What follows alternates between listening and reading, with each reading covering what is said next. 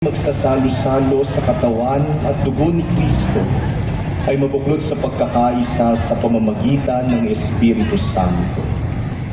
Amalingapin mo ang simbahang laganap sa buong daigdig. Puspusin mo kami sa pag-ibig kay San Francisco na aming Papa at ni Jose na aming Obispo at ng Tanang Kaparian. Alalahanin mo rin ang mga kapatid naming nahimlay nang may pag-asang sila'y muling mabubuhay, gayon din ang lahat ng mga pumanaw. Kawaan mo sila at patuloyin sa iyong kaliwanagan. Kawaan mo at pagindapatin kaming lahat na makasalo sa iyong buhay na walang wakas, kaysa ng mahal na Birheng Maria na Ina ng Diyos, ng kabiyak ng puso niyang si San Jose, kaysa ng mga apostol at ng lahat ng mga banal na namuhay dito sa daigdig ng kalugod-lugod sa iyo.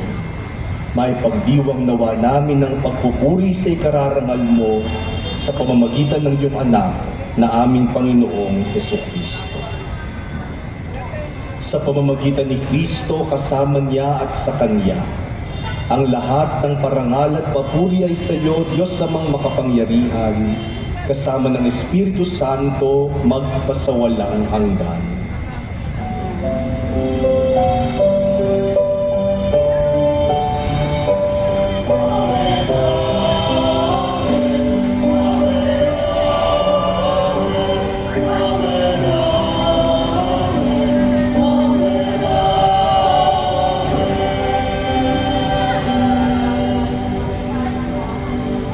Tumawag tayo sa ating mapagmahal na Ama sa langit ayon sa panalangin na itinuro sa atin ni Jesus.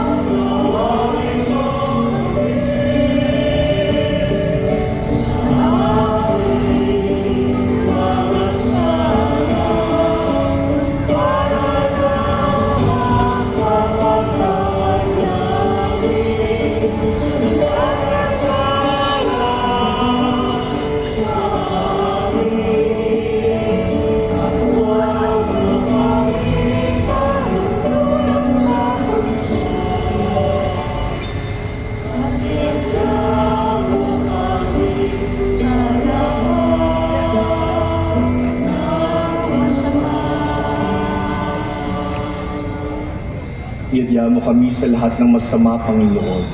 Pagkalooban mo kami ng kapayapaan araw-araw. Iligtas mo kami sa maraming tukso at kasalanan. Ilayo sa lahat ng panganib at kapahamakan.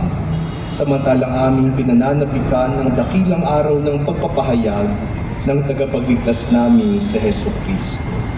Sa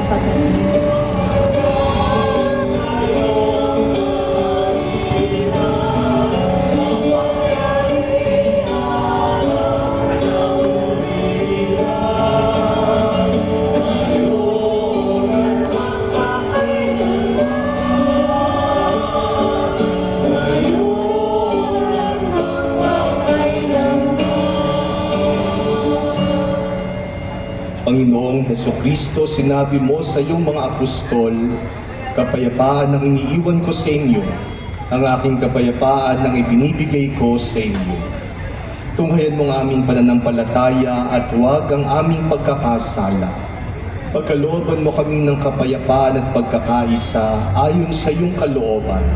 kasama ng Espiritu Santo magpasawalang hanggan. Amen.